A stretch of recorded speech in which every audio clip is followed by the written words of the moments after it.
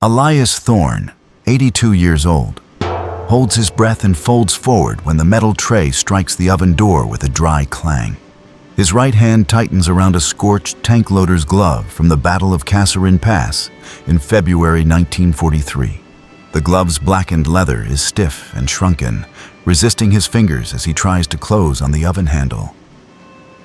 A large burn hole near the thumb, seared through during the German assault, exposes a raised scar running across the old tank crewman's palm. Heat from the oven pushes through the hole, forcing Elias to jerk his hand back and drop one edge of the heavy tray onto the floor.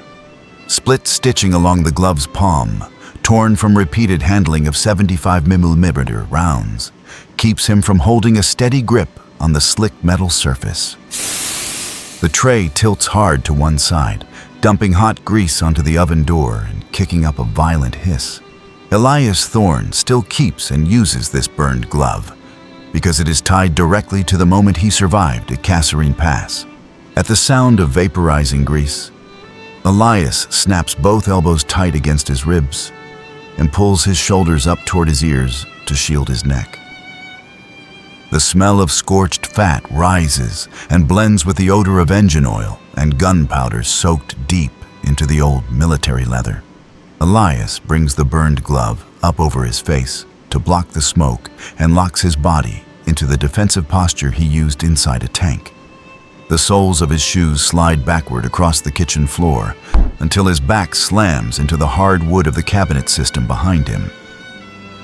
Elias stays folded low, one hand braced over his chest, making it impossible for him to continue cooking. February 1943, Kasserine Pass, North Africa. U.S. Army forces establish a series of strong points in the valley to block the advance of the Afrika Korps through the pass. Elias Thorne's tank unit is sent to the southern high ground to cover the withdrawal route for cut-off infantry elements. Elias Thorne, 19 years old at the time, serves as the tank loader inside the cramped fighting compartment of an M3 Lee tank. His job is to keep a steady cycle of 75mm rounds moving to provide suppressive fire against enemy anti-tank gun positions. He stands low beside the main gun mount, his right hand braced against the brass rack holding the 75mm shells. The interior space is choked by ammunition boxes, gear bags, and the engine block radiating heat behind Elias's back. The armored hull heats up under the sun, sending warmth through his standard-issue boots into the soles of his feet. The smell of lubricating oil leaking from the turret ring mixes with the metallic odor of spent shell casings scattered across the floor. Elias Thorne bends down and clamps his gloved hand around the body of a nearly 7-kilogram shell to pull it free from the rack. He pivots inside less than 1 square meter of space, balancing the round as the tank jolts hard over broken rock. His forearm slams into the steel wall of the fighting compartment, leaving dull scrape marks on the unburned leather glove.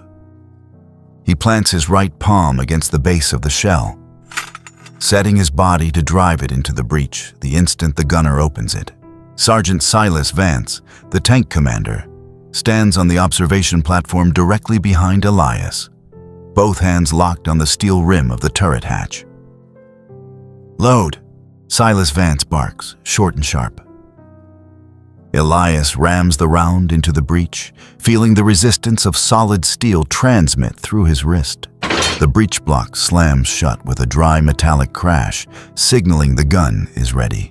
Elias snaps backward immediately, clearing the recoil path as the main gun prepares to fire. The tank's tracks grind against loose stone, sending constant vibrations that shake dust through gaps and down onto his shoulders. He wipes his forearm across his brow to keep sweat out of his eyes, leaving a black oil smear across his face. The leather glove soaks up sweat and engine oil, giving him firmer grip when his hand meets the smooth brass casing.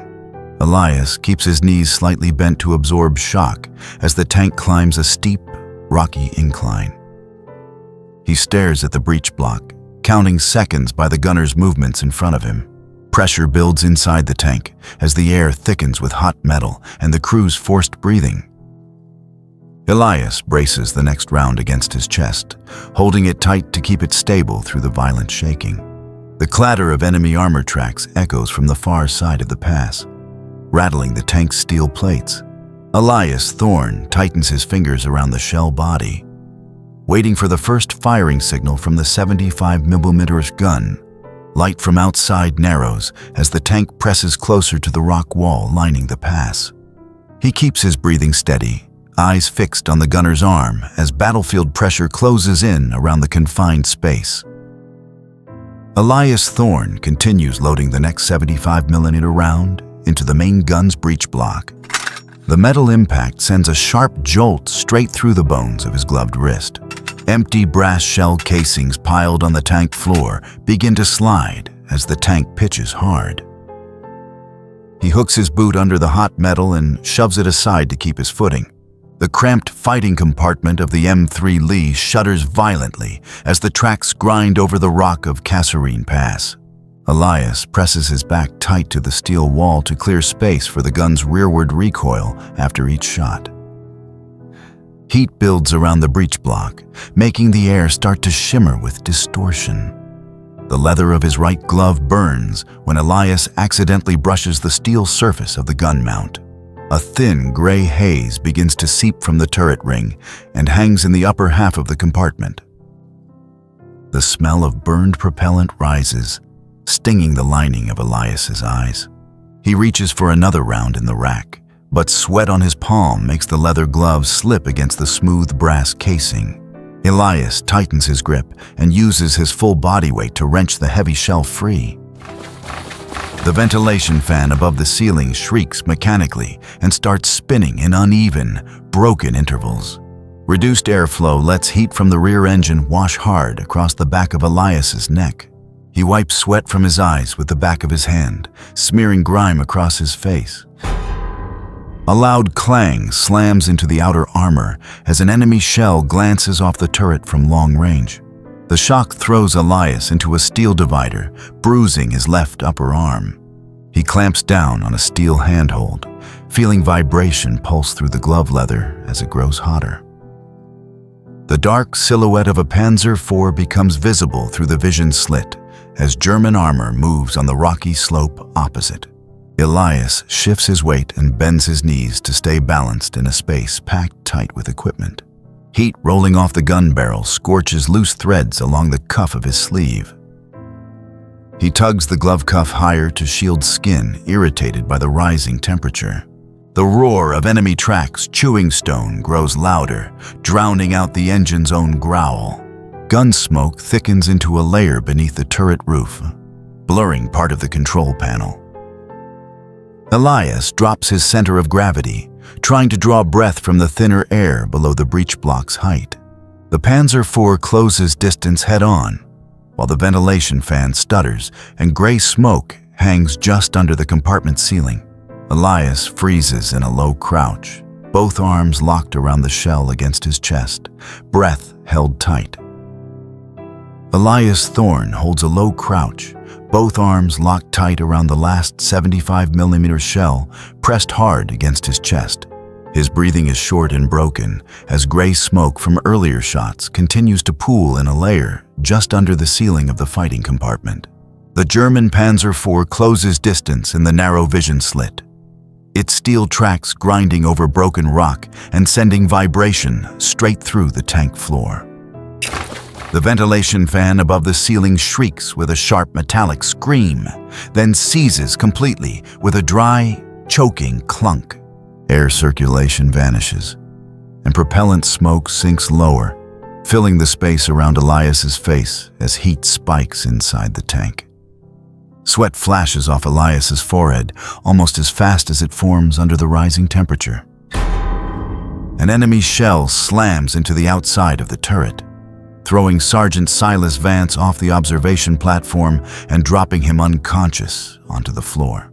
The gunner forward releases the sighting controls, clutching his ruptured eardrums with both hands, bleeding and combat ineffective.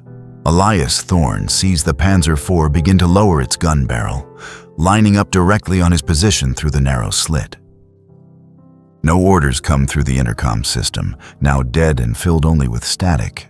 Elias grabs the glowing hot steel of the main gun tube with his right gloved hand to brace himself while rotating the turret by hand.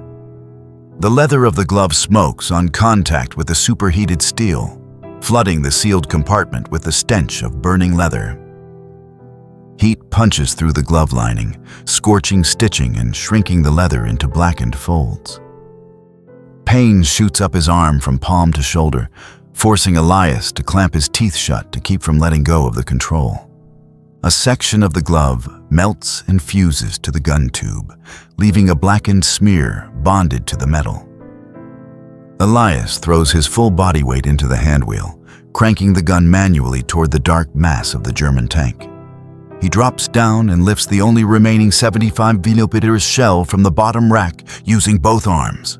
Smoke has fallen below eye level, forcing Elias to work entirely from memory of the breech block's physical position.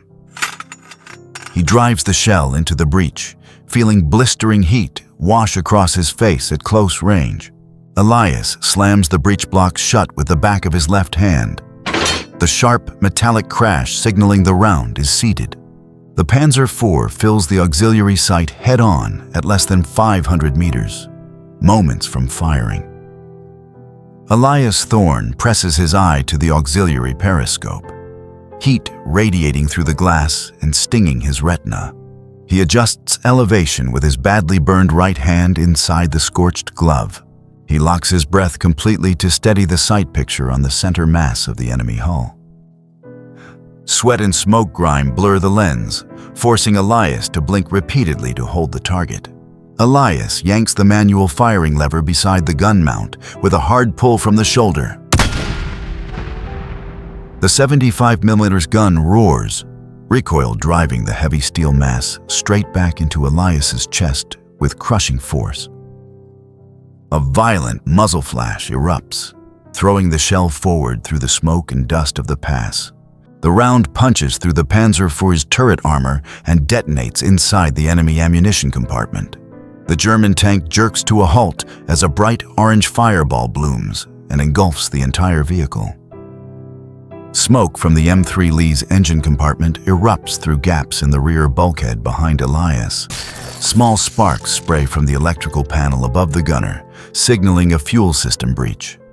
The stench of gasoline vapors floods the fighting compartment as flames begin licking across empty shell racks. Elias Thorne releases the controls and lunges for the open turret hatch. His right hand, still trapped in the burned glove, clamps onto the blistering steel rim of the hatch to launch himself out. He hauls his full body clear of the smoke-filled compartment lit by blue gasoline flame. Elias hits the sand below and rolls hard to smother burning embers clinging to his uniform. A deep, muffled explosion erupts inside the fighting compartment just after he clears the hull. Elias lies sprawled in the sand, gasping, watching a column of black smoke rise from the burning tank. His right hand remains inside the half-destroyed leather glove, fingertips exposed through heat-eaten holes. Elias Thorne sits with his back against the wooden side panel of a transport truck, stopped at a field assembly point behind Kasserine Pass. His right hand remains sealed inside the scorched leather glove. The leather shrunken and blackened, clamped tight around the burn underneath. Heat from the truck's engine washes over Elias's legs. But he does not shift position as each small movement of his right arm releases the smell of burned leather and gunpowder from the glove's lining. An unnamed medic steps in and places an aluminum canteen into Elias's left hand. Elias lifts it to his mouth, but water spills out, soaking the smoke-stained collar of his uniform. Elias reflexively brings his right hand up to wipe his face. The rough leather scrapes hard across his cheek, making him flinch and immediately clamp the gloved hand tight against his ribs. The medic crouches and looks at the burns exposed at the fingertips. "Stay still," he says, already turning away as he moves on to another wounded man. Elias looks down at the glove. White, broken stitching stands out against the dark, burned leather. Pain begins spreading from his palm, up his arm, as the painkiller fades. Elias does not try to remove the glove. Instead, he grips his right wrist with his left hand, holding the burned skin in place. A desert wind blows through, making the glove's edge rasp with a dry rustle. Elias curls inward, pulling the gloved hand inside his jacket fold to keep sand out of the wound. He hooks the thumb of his left hand into a burned hole in the glove and holds it there. Elias repeats the motion, slow and steady, eyes fixed on the charred edge of leather. Elias Thorne stands in front of the oven in a quiet kitchen and rests his hand on the metal handle. The timer dings, followed by a rush of heat spilling from the slightly opened oven door. He slides his right hand into the old military leather glove. Its burned patches shrunken and its stitching split apart. The hardened leather locks his finger joints, forcing him to use his whole wrist to pull the oven door down. Heat rolls upward and washes over Elias's face, carrying the smell of hot steel and aged leather reacting to temperature. He hooks his thumb into the large hole in the glove's palm to hold it steady while gripping the baking tray. Elias pulls the metal tray halfway out, steel scraping on the rack rails with a sharp, room-filling sound. His right hand starts to tremble as heat from the tray bleeds through the thin lining of the damaged glove. Elias releases the handle instantly, steps back, and reflexively pins his right elbow tight against his side. His fingertips protrude through burned holes, touching the rising hot air directly. He holds his breath, lowers his shoulders, and bends forward to avoid the heat, continuing to blast his chest. Sweat beads on Elias's forehead and runs along the old burned scar, stretching from the back of his hand to his wrist cuff. He clamps the glove's burned cuff with his left hand, keeping it from sliding off the spasming hand beneath. The baking tray hangs crooked on the oven rack, the door still wide open, heat spilling across the kitchen floor. Elias Thorne stays folded low, eyes locked on the hardened leather of the glove as his breathing quickens. He tightens his fingers around the blackened edge of leather and stands motionless beside the oven, venting thin smoke from the food. The leather glove encases his hand, forming a rigid shell he does not remove. Elias hooks his thumb into the burned hole again and holds the position, leaving the oven open and the cooking unfinished.